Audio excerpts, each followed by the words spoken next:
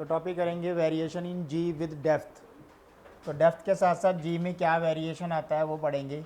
इस ए वाले पॉइंट पे एक्सीलरेशन ड्यू टू ग्रेविटी होती है जी। अगर हम डी डेप्थ नीचे चले गए तो इस पॉइंट पे एक्सीलरेशन ड्यू टू ग्रेविटी कितनी होगी। लेट सपोज जी डैश, कितना डेप्थ हमने कवर किया है डी।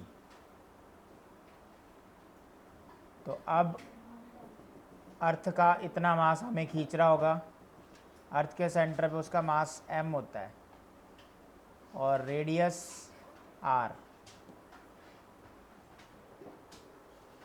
तो डी डेप्थ नीचे गए तो ये डिस्टेंस कितनी हुई, ये वाली, यहाँ से लेके यहाँ तक टोटल r है, d माइनस कर दो तो ये डिस्टेंस हुआ r minus D. r minus D centre से है इसका डिस्टेंस। कितनी डेप्थ पे गए हम, d। सरफेस से कितना नीचे है, d। तो g की वैल्यू कितनी होगी वो फाइंड आउट कर रहे हैं। तो एट ए वाले पॉइंट पे तो g कैसे निकलेगा, फोर्स का formula m divide by r square.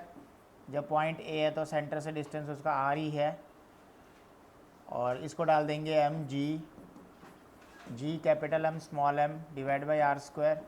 ये कैंसिल आउट हो जाएगा तो g आ गया यहाँ से m by r square.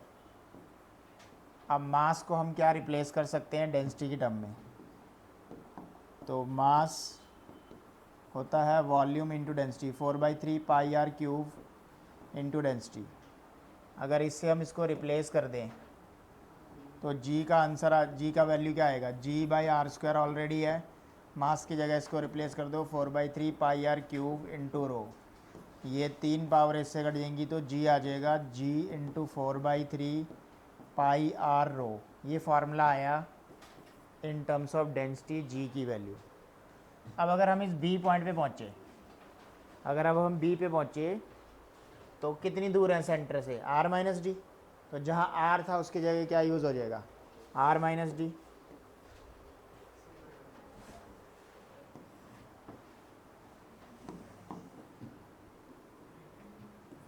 Eight point B which is at d depth from surface।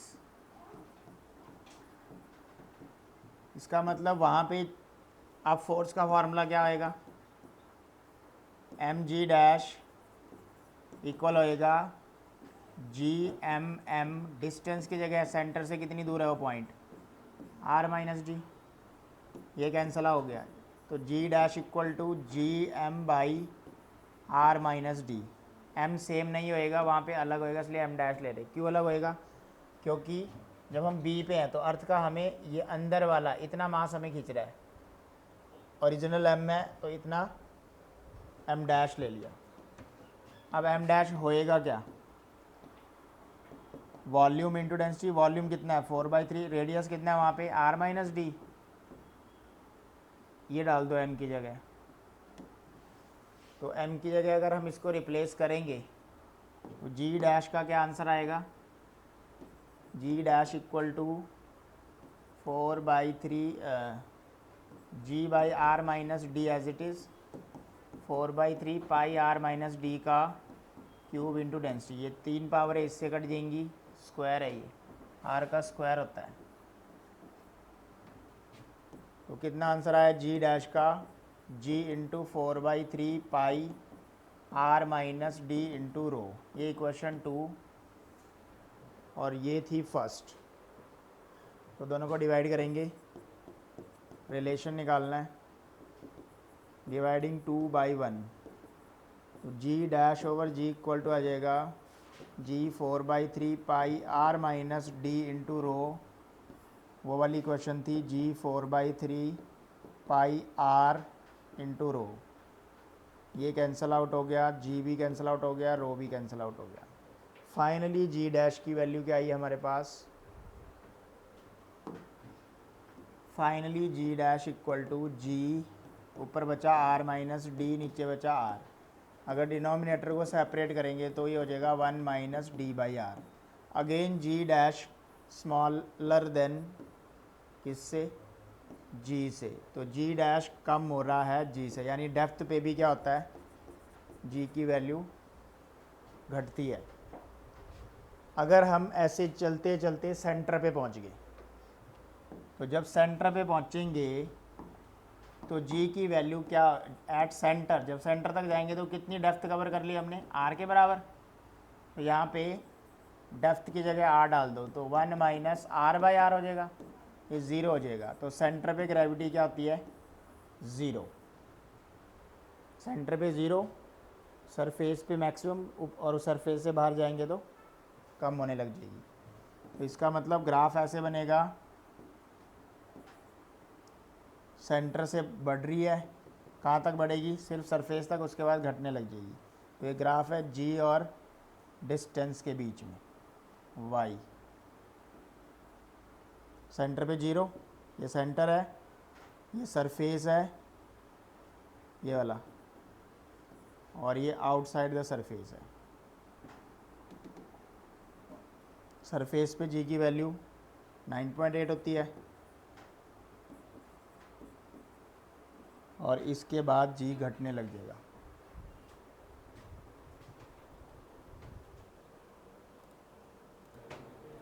Question करेंगे इसके बाद, वेरिएशन ड्यू टू डेप्थ वाले क्वेश्चन नंबर 20 से स्टार्ट है। Question number 20, the percentage decrease in the weight when taken to depth 16 kilometre. Percentage decrease पूछ रहा है, तो m g minus m g dash upon m g into 100%, ये होता है परसेंटेज डिक्रीज या इंक्रीज का फॉर्मूला। पहले कितना था, बाद में कितना था, उनका difference divide by original into 100%। अगर सिर्फ चेंज पूछता है ऊपर ऊपर वाला आता है, अभी परसेंटेज पूछ रहा है। तो एम जी एम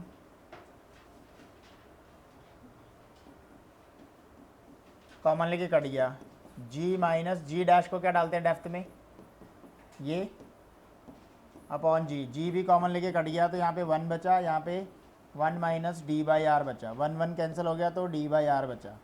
डेप्थ कितना दिया है 16, आर फिक्स होता है 6400 किलोमीटर, इंटू 100% भी चल रहा है साथ में, 2 जीरो से 2 जीरो कट जाएगा, 0.25% आ गया।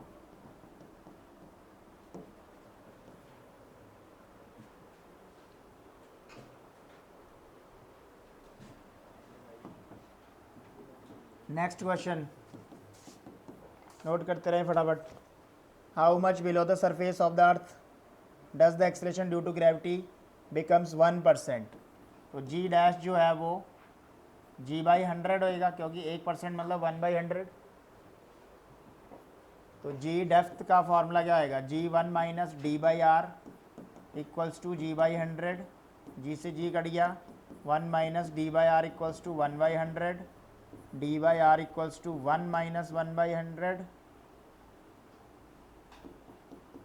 जो कि आ जाएगा 99/100।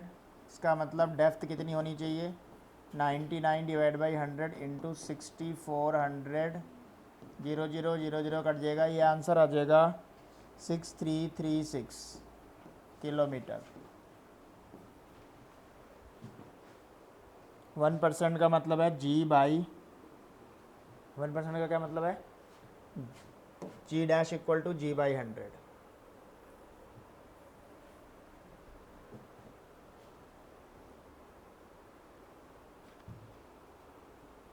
क्वेश्चन नंबर 22, क्वेश्चन नंबर 22 बोल रहा है at what height above the earth surface the value of G same as in a mine 80 kilometre deep. किस हाइट पे जी की वैल्यू डेप्थ के बराबर होगी। तो जी हाइट इक्वल कर दो जी डेप्थ के, हाइट वाला फार्मूला 1 माइनस 2h/r होता है, और डेप्थ का होता है ये वाला।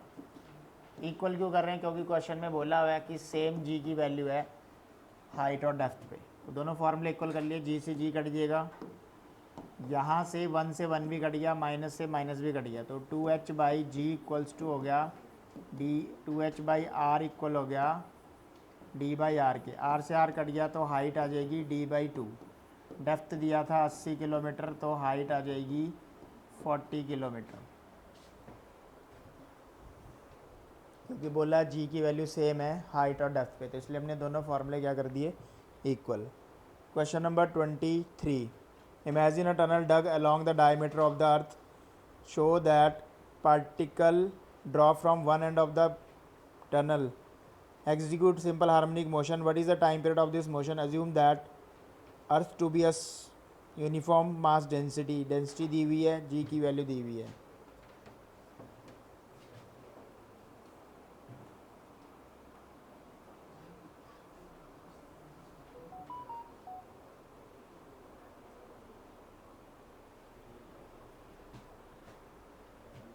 क्वेश्चन नंबर 24 इम्पॉर्टेंट है। कहता है एक अर्थ है, ऐसी टनल बना दी, तो हमें पता है कि जी की वैल्यू सेंटर पे ज़ीरो होती है, तो जब कोई बॉडी सेंटर पे पहुंचेगी तो उसकी वैल्यू, उस पर जी जीरो हो जाएगा, जी जीरो होएगा तो वो हवा में लटक जाएगा, हवा में लटकेगा तो लेट सपोज यहाँ तक ऊपर गया, फिर जी उसको नीचे खींचेगा, तो सर्टेन डिस्टेंस पे वो जी जीरो की वजह से जा पा रहा है, फिर जी उसको दोबारा खींच दे रहा है, क्योंकि सिर्फ सेंटर पे ही ज़ीरो है, सेंटर से जरा इधर उधर हुआ तो फिर से जी लगना स्टार्ट हो जाएगा। तो जी कहाँ पे ज़ीरो है, सिर्फ सेंटर पे, तो सेंटर से जस्ट ऊपर है तो जी उसको खींच रहा होगा सेंटर की तरफ, और जैसे ही सेंटर पे आएगा जी जीरो हो जाएगा, वो फिर हवा में लटक जाएगा, तो ऐसे ऐसे फंस जाएगा, मतलब इस ऐसे मोशन को बोलते हैं सिंपल हार्मोनिक मोशन, कि मीन पे जा रहा है फिर ऊपर आ रहा है, फिर मीन पे जा रहा है फिर ऊपर जा रहा है, फिर मीन पे आ रहा है फिर, तो एक चक्कर लगाने का टाइम पूछ रहा हमसे। तो ये सेंटर और ये वो बी वाला पॉइंट कितनी नीचे, ये डिस्टेंस कितनी थी, आर माइनस डी, अगर ये डी है तो इसे बोलेंगे डिस्प्लेसमेंट। कितना डिस्प्लेसमेंट हो रहा है वो, r minus d, d depth पे जाके कितना रेडियस था ये, आर माइनस डी, तो आर माइनस डी क्या हो रहा है, वो ऑसिलेट हो रहा है, क्योंकि सेंटर पे जा रहा होगा तो जीरो, टनल खोद दिया तो सेंटर पे तो पहुंचेगा ही, तो जी जीरो हो गया सेंटर पे, फिर वो हवा में लटक जाएगा, फिर जी लगने लग जाएगा, तो जी उसको कॉन्टिन्यूसली कहाँ खींच रहा है, सेंटर की तरफ। ऐसे ऑसिलेशन को बोलते हैं सिंपल हार्मोनिक ऑसिलेशन या मोशन।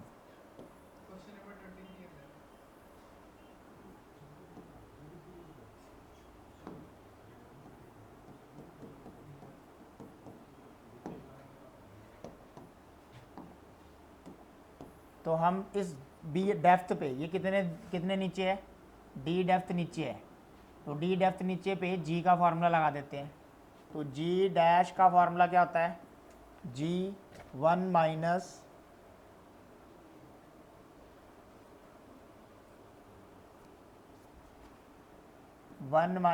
डी बाई आर, तो G R minus D by R हो गया, और आर माइनस डी को मैंने क्या डिस्प्लेसमेंट मान लिया, वाई, वो डिस्प्लेसमेंट ही है, मीन पोजीशन से ऊपर नीचे जा रहा है, तो उसको वाई डाल देते हैं, G dash equal to G Y by R. अब टाइम पीरियड का फार्मूला डिटेल हम चैप्टर 14 में करेंगे, अभी याद रख लो, एसएचएम जो भी करता है उसका टाइम पीरियड का फार्मूला होता है डिस्प्लेसमेंट डिवाइड बाई एक्सीलरेशन। यहाँ पे एक्सीलरेशन क्या है, जी डैश, ये किसका फार्मूला है, जो टाइम पीरियड, जो बॉडी सिंपल हार्मोनिक मोशन करेगी उसका टाइम पीरियड का फार्मूला ये है, चैप्टर 14 में डिटेल में आएगा। 2 pi under root y, y तो वाई रहेगा, जी डैश कितना निकाला हमने, जी वाई बाई आर, तो ये कैंसिल हो जाएगा वाई वाई, तो टाइम पीरियड का फार्मूला कितना आ गया, वाई बाई आर। ये मैंने समझाने के लिए तुम्हें क्या, आप डायरेक्ट लगा सकते थे, क्योंकि एसएचएम का टाइम पीरियड यही है, ठीक है। तो T equals to 2 pi under root R upon G, तो 2 पाई आर अपने को क्वेश्चन में दिया होगा, और डेंसिटी दिया है इसलिए जी की वैल्यू डेंसिटी के टर्म में डाल रहे हैं, डेंसिटी के टर्म में जी की वैल्यू क्या आई थी, जी 4/3 पाई आर रो, इससे ये कट गया 2 इंटू पाई अंडर रूट 3 ऊपर चला गया। जी की वैल्यू क्या होती है 6.67 इंटू 10 की पावर -11 पाई 3.14 और डेंसिटी क्वेश्चन में गिवन है 525520। इस कैलकुलेशन को करेंगे और टाइम का आंसर आ जाएगा काफ़ी बड़ा।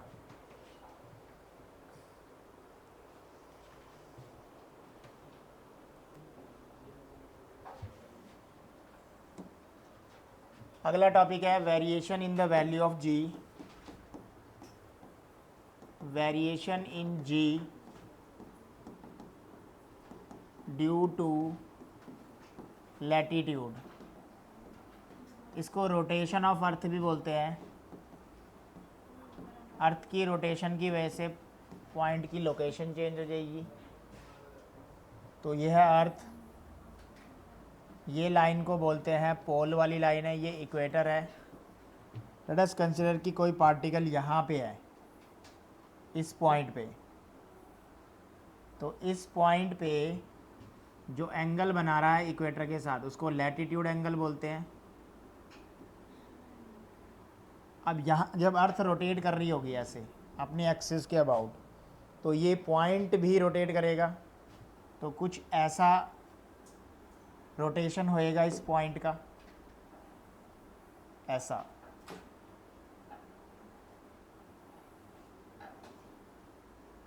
तो इसकी जो रेडियस होएगी वो स्मॉल आर मान ली मैंने। अर्थ की जो रेडियस है वो कैपिटल आर है।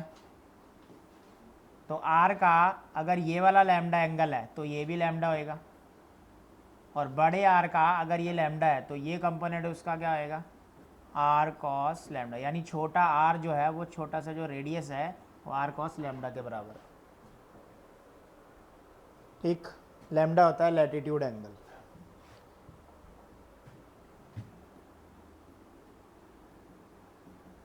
ये इक्वेटर है और ये है पोल।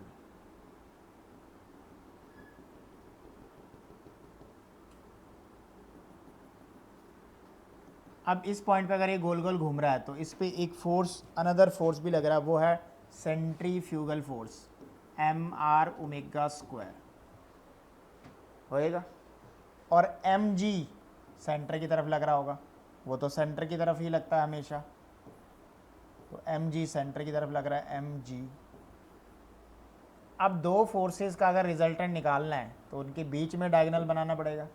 तो ये जो फोर्स है यही है वो mg', मतलब इन दोनों फोर्सेस का रिजल्टेंट फोर्स। अब अगर ये लैम्डा एंगल दिख रहा है, अगर ये लैम्डा है ये भी लैम्डा होएगा, तो इतना बचा हुआ होएगा 180 माइनस लैम्डा, क्योंकि रिजल्टेंट के लिए हमें दो फोर्सेस के बीच का एंगल ढूंढना पड़ेगा, और वो एंगल हमने ढूंढ लिया है 180 माइनस लैम्डा।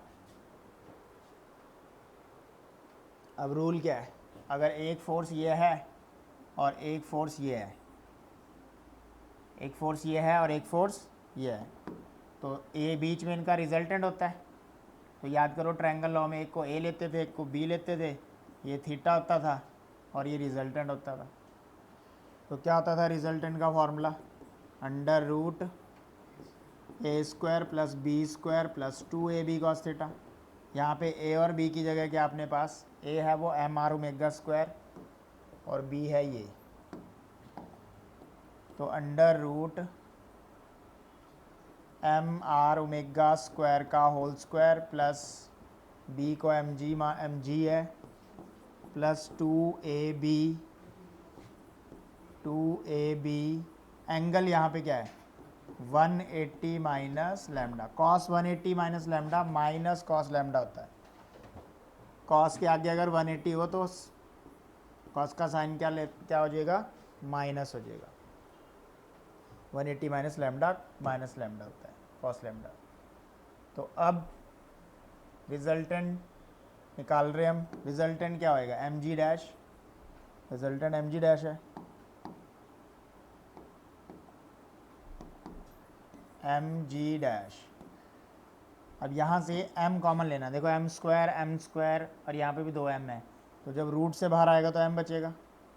ठीक, अब g² भी कॉमन लेना है, यहाँ पे g² है यहाँ पे नहीं है तो डिवाइड हो जाएगा। g² बाहर कॉमन लूँगा तो जी बचेगा ना रूट से बाहर। रूट के अंदर क्या क्या बचा, यहाँ से मैंने m बाहर निकाला, चला गया, g नहीं था तो डिवाइड कर दिया, और ये हो गया। देखो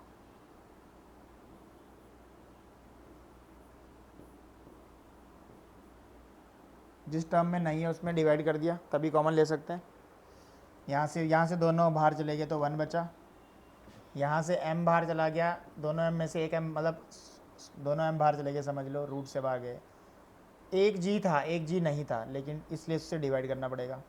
2 ओमेगा स्क्वायर, माइनस क्यों लगा रहा हूँ आगे, क्योंकि cos 180 minus lambda minus cos theta होता है। ये आ गया हमारे पास दिस। डिवाइड क्यों किया, क्योंकि एक ही g था, स्क्वायर होना चाहिए तभी रूट से बाहर आएगा ना, तो मल्टीप्लाई डिवाइड किया।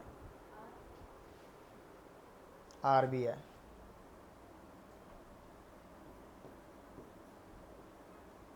ठीक। अब ये टर्म बहुत छोटी है, इसको निगलेक्ट कर देंगे, और छोटे आर को डायग्राम में देखो क्या डालना हमने, ये छोटा आर क्या है, आर कॉस लैम्डा। तो इधर क्या चल रहा है, एम जी डैश, एम से एम कट गया, जी डैश इक्वल टू जी, ये टर्म निगलेक्ट कर दी, 1 बचा। निगलेक्ट क्यों की अभी बताता हूँ। आर की जगह क्या डलेगा, आर कॉस लैम्डा, तो आर बड़ा, कॉस एक लैम्डा ऑलरेडी है यहाँ पे, तो इतना आ गया, डिवाइड बाई जी भी है। यहाँ पे मैंने रीज़न दे दिया कि छोटा आर है आर कॉस लैम्डा, छोटा आर क्या है, आर कॉस लैम्डा, और जो टर्म ये वाली थी आर स्क्वायर ओमेगा की power 4 divide by g square, ये वेरी वेरी लेस देन 1 है, इवन 0.000 हो गया, निगलेक्टेड। ये टर्म हमने निगलेक्ट कर दी है। और ये तुम्हें बता भी देता हूँ ये क्यों 1 से बहुत कम है, क्योंकि ओमेगा के अंदर है 2π/t। समझाने के लिए बस वैसे ही, कोई यहीं तक लिखना है। ओमेगा के अंदर होता है 2π/t, और अर्थ का टाइम पीरियड क्या होता है अपने एक्सेस के अबाउट 24 × 60 × 60। ये ओमेगा का आंसर है, और ये ओमेगा की पावर 4 है, मतलब इसकी पावर क्या करनी पड़ेगी, इसकी पावर हमें 4 करनी पड़ेगी। अगर हम इसकी पावर 4 करेंगे तो डिनोमिनेटर इतना बड़ा आ जाएगा कि इसका आंसर क्या आने वाला है, बहुत कम। डिनोमिनेटर की पावर 4 होगी भाई, ओमेगा ही बहुत कम इतना 0.000 आ जाएगा, इसलिए इसको निगलेक्ट कर दिया। ये टर्म बची। अब g को अंदर मल्टीप्लाई करेंगे तो यहाँ पे g बच जाएगा, यहाँ पे r omega square cos square lambda बचेगा, और ये वाला g कैंसिल हो जाएगा। अंडर रूट यहाँ है और यहाँ पे 2 भी है। वैसे मैंने स्टेप मिस कर दिया था क्योंकि बाइनोमियल थ्योरम से वो 2 काट दिया था। अगर नहीं समझ आ रहा तो समझो, ये 2 वाला, ये 2 है यहाँ पे भाई, 2 भी है ना, माइनस में अंडर रूट को 1/2 लिख दिया। और जो ये बाइनोमियल थ्योरम होती है उससे वो 2 कहाँ जाता है, सेकेंड टर्म के साथ। ये हमने पहले भी लगाई थी हाइट वाले केस में, ये थी, और ये है ना ओरिजिनल, बस आर को ये डाल दिया। अभी यहाँ तक समझ आया। अब जी कॉमन चल रहा है 1 माइनस, बाइनोमियल थ्योरम से ये पावर कहाँ जाएगी, सेकेंड टर्म के साथ, तो सेकेंड टर्म के साथ इस पावर को मल्टीप्लाई कर दो। अब ये कैंसल आउट हो गया। अब जी को अंदर मल्टीप्लाई कर दो, तो G minus omega square R cos square lambda, ये हो गया जी डैश का लैटिट्यूड पे आंसर।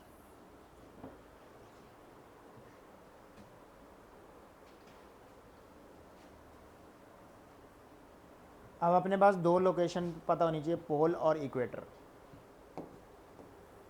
जी की वैल्यू पोल पे कितनी होगी, ये अर्थ है, ये पोल है। सपोज करो वो पार्टिकल यहाँ पे होता तो इक्वेटर के साथ वो क्या एंगल बना रहा है, 90 डिग्री। अगर पार्टिकल यहाँ पे होता तो लैम्डा की वैल्यू क्या होती, 90 डिग्री। अगर पार्टिकल यहाँ पे होता तो लैम्डा बनता ही ना, 0 होता फिर। तो हमने लिख दिया एट पोल, पोल्स चाहे ऊपर या नीचे, लैम्डा की वैल्यू 90 डिग्री, कॉस 90 डिग्री 0 हो गया। यहाँ पे डालेंगे जी पोल की वैल्यू क्या आ जाएगी, G minus omega square R cos square 90, cos 90 0, ये सारी टर्म ख़त्म हो जाएगी, तो पोल पे जी की वैल्यू जी होती है, जो कि हम न्यूमेरिकल में ये लेते हैं, ये सिर्फ पोल पे ही होती है। इक्वेटर पे जी की वैल्यू क्या है, लैम्डा क्या आएगा, 0। इक्वेटर पे, एट इक्वेटर लैम्डा की वैल्यू 0 है, तो कॉस 0 डिग्री क्या हो जाएगा, 1। तो जी इक्वेटर आ जाएगा हमारे पास G minus are omega square cos square 0 degree, इसमें डाल रहा हूँ। तो finally we have G equator equal to G minus are omega square. तो जी की वैल्यू पोल पे ही सबसे ज़्यादा है, जो कि 9.8 है, बाकी हर जगह कम है उसके कंपैरिजन। तो ये था लैटिट्यूड या रोटेशन का केस।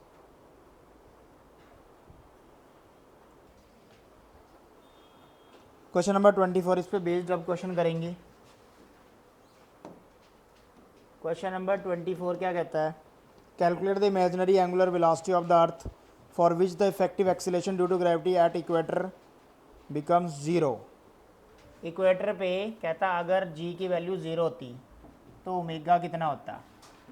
तो हम इक्वेटर का फार्मूला लगा देते हैं। इक्वेटर का फार्मूला होता है जी माइनस आर ओमेगा स्क्वायर। तो इसको 0 डालना है, तो G minus are omega square, G equals to R omega square, यानी omega equals to under root G by R.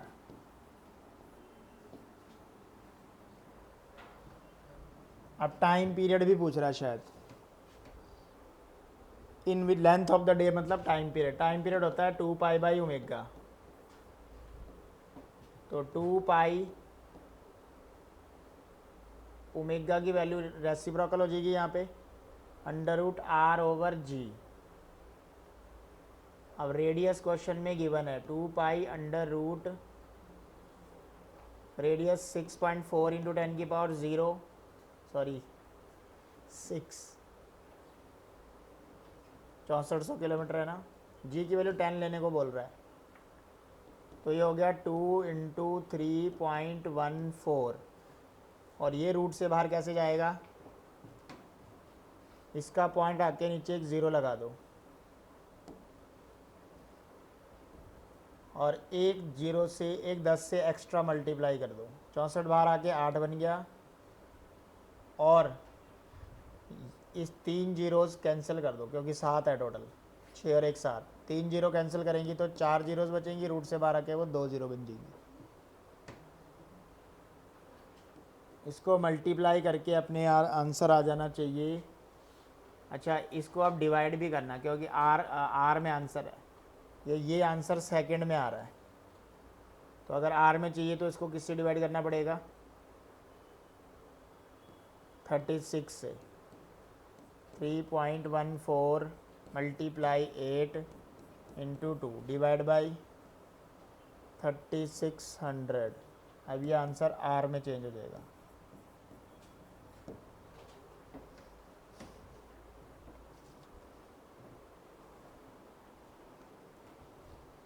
तो इसका आंसर आ रहा है 1.4।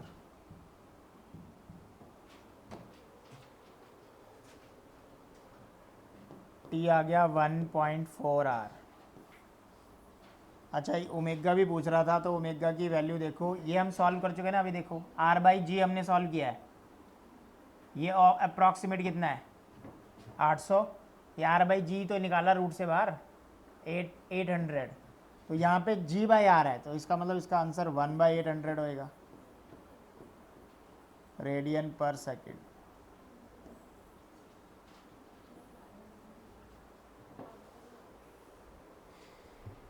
अगला question 25, determine the speed with which the earth would have rotates on axis so that a person on the equator would weigh 3/4 as much at present. Equator पे उसकी जो value weight है वो 3/4 है।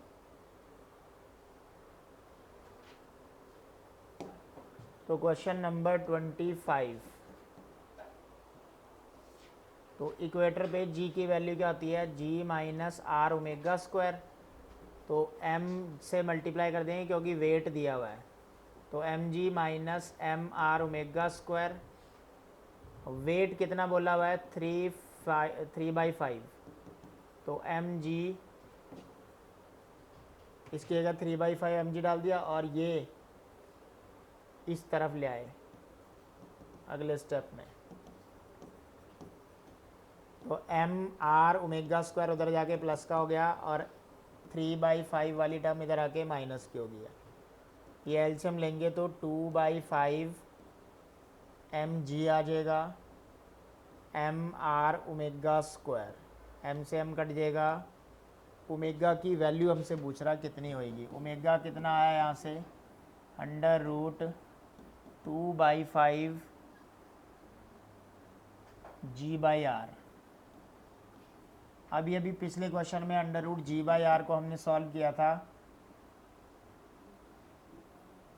2/5 0.4 हो गया और G/R अभी हमने सॉल्व किया था, G/R कितना गया था 1/800,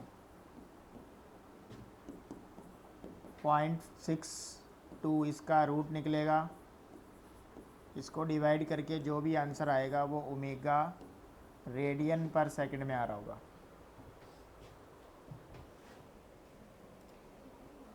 नेक्स्ट क्वेश्चन देखिए, 26, if the earth were perfectly sphere of radius, दिया हुआ radius, how much acceleration due to gravity differ from poles to equator. तो क्वेश्चन नंबर है ये 26। तो जी पोल माइनस जी इक्वेटर की बात हो रही है। पोल पे तो जी होता है, इक्वेटर पे जी माइनस आर ओमेगा स्क्वायर होता है। तो जी से जी कट जाएगा तो जी आर ओमेगा स्क्वायर बचेगा। जी की वैल्यू 10 ले लेते हैं, आर 6.4 इंटू 10 की पावर 6 रेडियस ऑफ अर्थ। और क्या दिया हुआ है यहाँ पे, जो रेडियस मेंशन किया हुआ है ना उस गलत किया हुआ है, ठीक है, मतलब पावर गलत लिखी है, 10 की पावर 6 होना चाहिए, वहाँ 10 की पावर 4 लिखा हुआ है।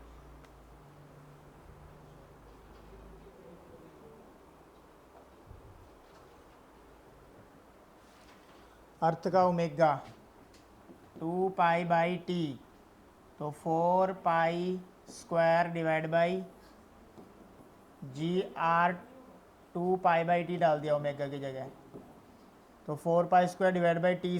T² क्या होता है अर्थ का, 24 इंटू 60 इंटू 60 का स्क्वायर। ये आंसर बहुत छोटा आएगा, मीटर में तो बहुत ही कम आएगा। सेंटीमीटर में ये आ रहा है 3.4 सेंटीमीटर पर second.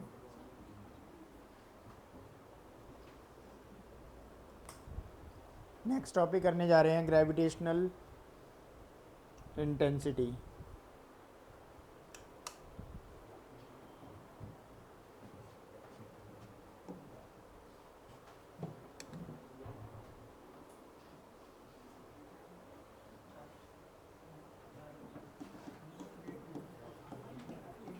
Gravitational intensity,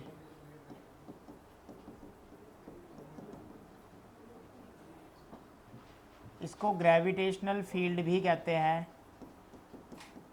gravitational intensity या ग्रेविटेशनल फील्ड इंटेंसिटी एक ही बात है। ग्रेविटेशनल फील्ड इंटेंसिटी मतलब हमने ग्रेविटेशनल फील्ड निकालना है, सिंबल है ई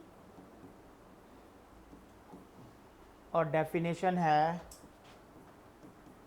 the force of gravitation acting per unit mass of a body is called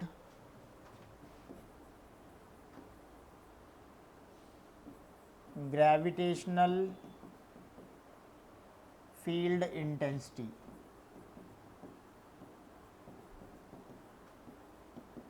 gravitational field intensity, force कितना फोर्स लगेगा, ग्रेविटेशनल फोर्स किसी एक यूनिट मास पे। इसका मतलब ई का फार्मूला क्या है, F/m में। तो मान लो ये एक प्लेनेट है और ये अर्थ का मास है और कोई अनदर मास सरफेस पे है, कहीं और भी हो सकता है, लेट सपोज सरफेस पे है। तो ये इन दोनों के बीच का डिस्टेंस r हो गया, रेडियस r है। तो फोर्स, ग्रेविटेशनल फोर्स क्या होता है, Gm divide by r²।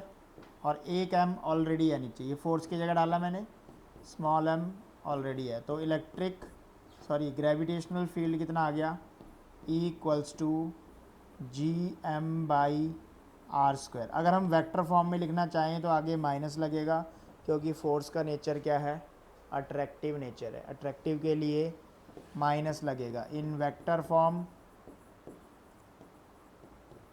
E = -Gm/r² और साथ में r भी लगेगा। अगर ये पॉइंट सरफेस पे नहीं होता तो जहाँ पे भी होएगा वहाँ तक का डिस्टेंस होएगा। ये हमेशा रेडियस हो ये ज़रूरी नहीं है, अगर ये बाहर होता तो वहाँ तक का डिस्टेंस होता। SI यूनिट क्या होएगी ग्रेविटेशनल फील्ड की, SI unit of E, force की न्यूटन और मास की केजी। तो न्यूटन kg-1, फोर्स की न्यूटन होती है और मास की केजी। ये एक वेक्टर क्वांटिटी है, क्योंकि फोर्स एक वेक्टर है। It is a vector quantity, यानी एक से ज़्यादा फील्ड अगर कहीं पे है तो नेट फील्ड के लिए आपको रिजल्टेंट निकालना पड़ेगा। तो ई नेट का फॉर्मूला हो जाएगा √E1 का स्क्वायर प्लस E2 का square plus 2E1 E2 cos theta. Resultant का फॉर्मूला क्यों लग रहा है, क्योंकि ये वेक्टर क्वांटिटी है। नेक्स्ट करेंगे ग्रेविटेशनल पोटेंशियल। डेफिनेशन है the amount of work done in bringing a unit mass from infinity to a given point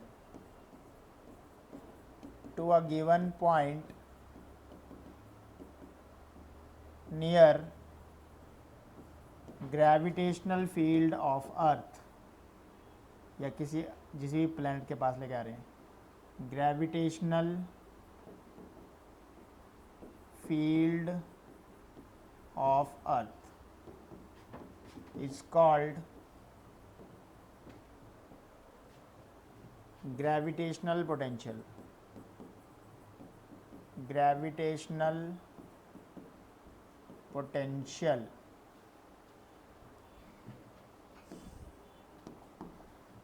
तो मान लेते हैं कि ये वो एक इन्फिनिटी से किसी मास को हमने इस पॉइंट तक लेके आना है। ये रेडियस ऑफ अर्थ है, ये अर्थ का मास यहाँ पे कंसंट्रेट हो रहा है सेंटर पे, लेके कहाँ पे आना है, P पॉइंट पे। लाना कहाँ से है, इन्फिनिटी से। किसको लाना है, किसी यूनिट मास को। यूनिट मास m0 होता है, न्यूमेरिकली इसकी वैल्यू 1 होती है।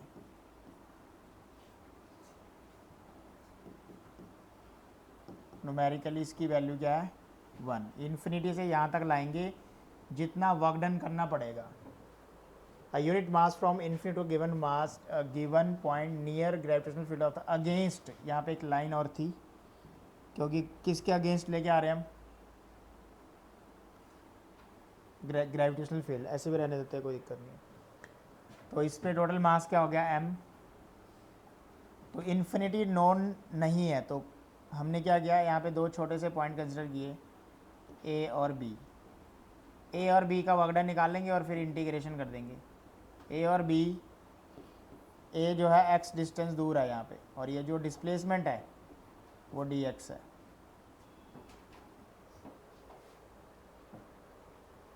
तो ए पे सबसे ए से बी तक का वर्क डन निकालेंगे और फिर इसको इंटीग्रेट कर देंगे क्योंकि इन्फिनिटी तक तो पता नहीं है। तो let us consider small work done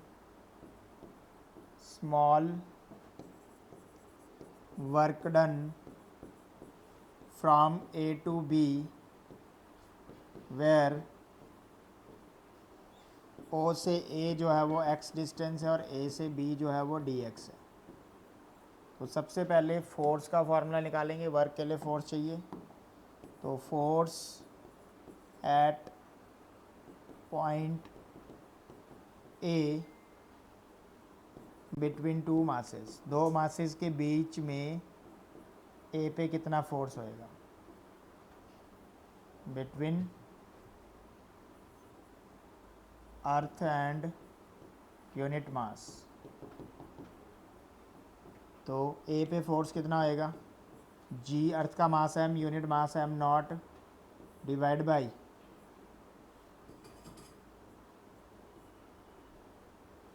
इसका मैग्नीट्यूड 1 डाल देंगे, अभी मैं फ़िलहाल 1 लिख रहा हूँ, इसको m नॉट लिख रहा हूँ, डिवाइड बाई ये डिस्टेंस कितनी है x स्क्वायर। यूनिट मास का मैग्नीट्यूड 1 होता है, इसलिए हम उसको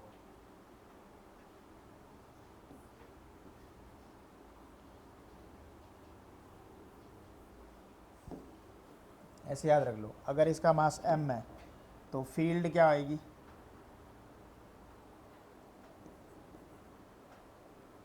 ग्रेविटेशनल फील्ड निकाल लेते हैं, उसमें तो m नॉट हट जाएगा ना। Gravitational field at point A, तो फील्ड का फॉर्मूला होता है F बाई एम नॉट, तो एम नॉट कैंसिल हो जाएगा, फील्ड आ गया GM by r square. Unit mass के लिए वर्क डन का फॉर्मूला क्या आएगा, work done from A to B। Work का फॉर्मूला होता है फोर्स इनटू डिस्प्लेसमेंट। अगर मास यूनिट हो तब फील्ड इनटू डिस्प्लेसमेंट होता है।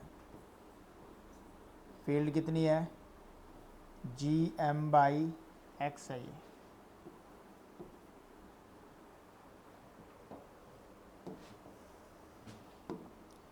GM by x square. Now integrating both side, तो इधर हो जाएगा W integration GM, x square को ऊपर लिखना पड़ेगा इंटीग्रेशन, क्योंकि डिनोमिनेटर में नहीं होएगी, न्यूमरेटर में होएगी। -2 + 1 1/∞ -1/r। लेके कहाँ से आना है,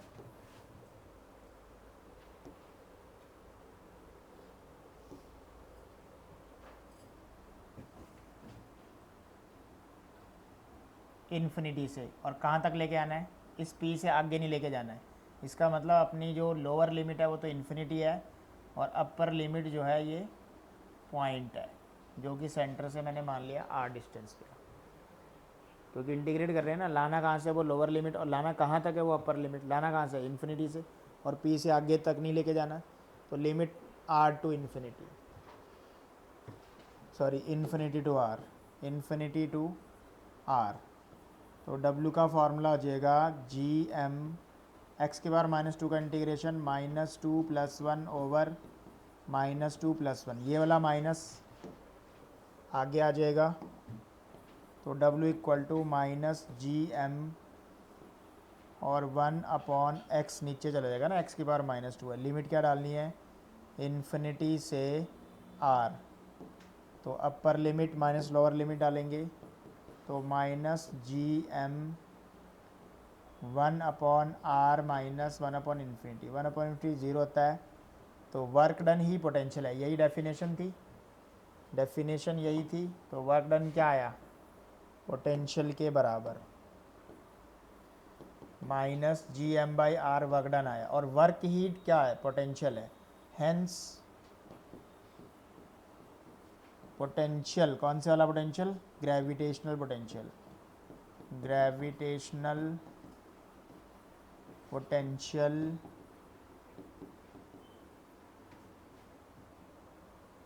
वर्क के ही बराबर होएगा। पोटेंशियल का सिंबल V होता है, ठीक है। V equals to minus G M by are.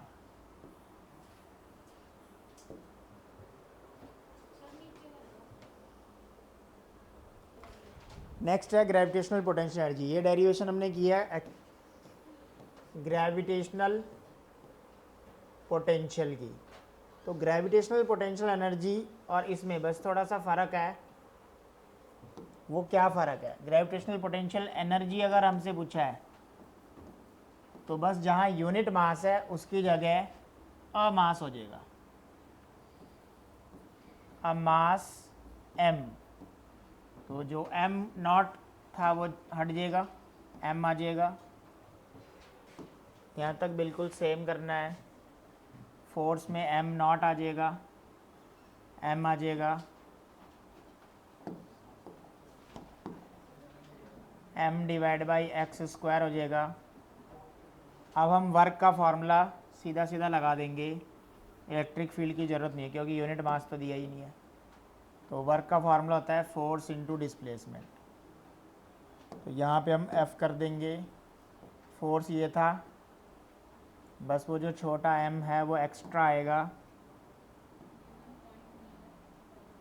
यहाँ तक सेम है, करिए फटाफट। वर्क डन तक सेम है।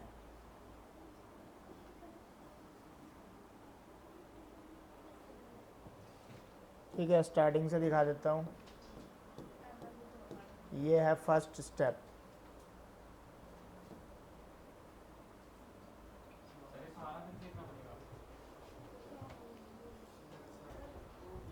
अब वर्क डन तक तो सेम थी ये derivation. Hence gravitational potential energy निकालनी है अब हमने, क्योंकि पोटेंशियल तो नहीं निकालना है, यहाँ पे एनर्जी निकालनी है। तो ग्रेविटेशनल पोटेंशियल एनर्जी निकालने के लिए फॉर्मूला होता है change in potential energy. Potential energy का सिंबल U होता है। तो चेंज इन पोटेंशियल एनर्जी का सिंबल डेल U होएगा। Formula minus of work done होता है, जो हमने वर्क डन निकाला, एक्सटर्नल मतलब जो हमने निकाला है। तो और चेंज कैसे निकलेगा? Initial minus final minus of work done. और इनिशियली ये इन्फिनिटी पे था, तो since U initial U infinity के बराबर होएगा, और इन्फिनिटी मतलब ज़ीरो, 1/इन्फिनिटी करेंगे तो ज़ीरो हो जाएगा। इन्फिनिटी पे पोटेंशियल एनर्जी ज़ीरो होती है। तो माइनस U फाइनल आ जाएगा माइनस ऑफ वर्क डन के बराबर। और वर्क हमने निकाल लिया है, ऊपर देखो माइनस जी एम जब बोला, तो फाइनल पोटेंशियल एनर्जी आ जाएगी minus G M by R. By default ये सेम ही आ रहा है वर्क डन के बराबर, लेकिन इसलिए आ रहा है क्योंकि इन्फिनिटी वाला इस केस में जीरो था। इसलिए आ रहा है क्योंकि इन्फिनिटी वाला क्या था इस केस में? जीरो था। हर बारी जीरो है ये ज़रूरी नहीं है। तो ये माइनस अब उधर चला जाएगा, तो U फाइनल आ जाएगा minus G M by are.